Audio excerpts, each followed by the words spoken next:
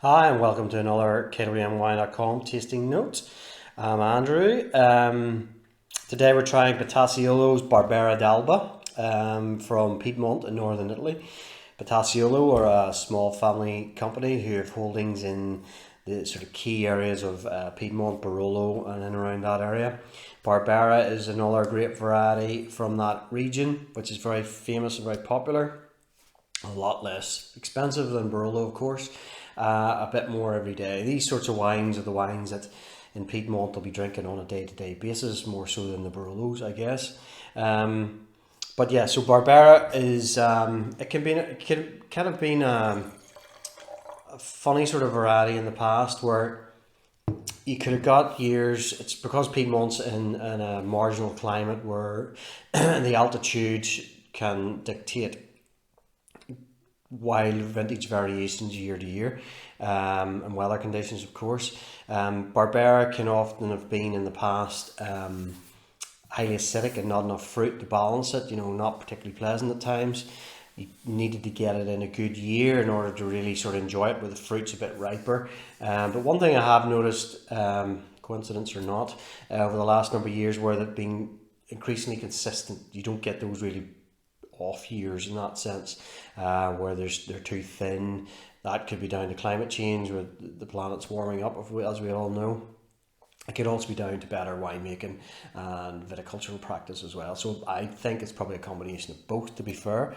So Barbera, compared to the Nebbiolo, which is what Barolo and Piedmont is best known for, will be a darker colour. It will be much more intense, as you might see, looking at that there, compared to Barolos, which will be lighter and thinner, more Pinot Noir-esque, I guess. Sort of, this is what Piedmont would be regarded as, like, at least Burgundy, if you like, as well. So this is 2017. They're wines which are made to be drank and they're relatively young, so within the first 5 to 8 years of harvest, I suppose. So I think at this age, it's about 4 years old now. It's just starting to come in really into a really nice drinking window, I guess. So 15 quid a bottle or thereabouts. They're not hugely expensive either, so they're very affordable. This one here, it's all manually harvest. The Batasiolo wines, there's no machines.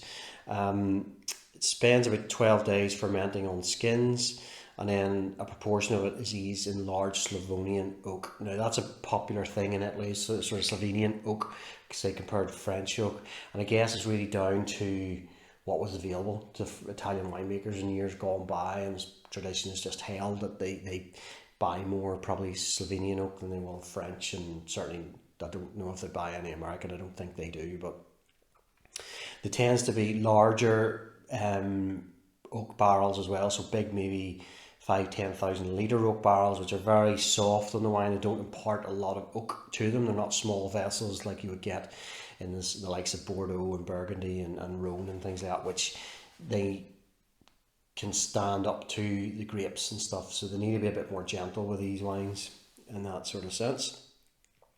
So say colour wise, it's deeper than Nebbiolo. You don't get any of that extraction as you sort of turn it round the glass. There's very little in the way of extraction on it. So it's not a deep wine either. Sort of legs, moderate sort of thing. They run down the glass quite easily. Alcohol in this 14%, so that's big enough for Barbera. So you'll see maybe sometimes as well, you've got Barbera d'Alba in this case. There's also a Barbera d'Asti. It's the same grape variety, but just from two different parts of Piedmont in that sense. So Alba, you may well have heard of before in terms of truffle country. This is where the major hub for truffle hunters are. And the wines, obviously, particularly the Barolos and things like that, are nice matches for truffle, of course. So on the nose of this here, you'll get a nice sort of warm, rich, black fruited, sort of slightly plummy, black cherry sort of notes. Slightly lifted, maybe violet almost to it as well. A slight creaminess, yogurtiness almost.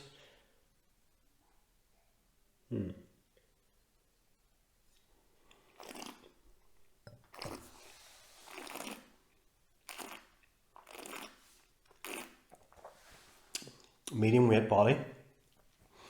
All that lovely mouth-watering acidity that you get from Barbera. Those, there's a little bit of tannic grip in there as well, but it's not tough or tight, not like you would get from, say, a Barolo or a Sangiovese. It's a much softer style of tannin, so it's really fruit and acidity, a bit of alcohol in there too. Those sort of sweet black fruit flavours, you get a bit of touch of chocolate almost on it as well, and it finishes off with a sort of moderate style length. It's a great wine. I love these styles of wines with like spaghetti bolognese, that type of thing. Those tomato-based Italian dishes with the acidity in these wines work really well, I think. And then the fruit is in there to come out with it as well.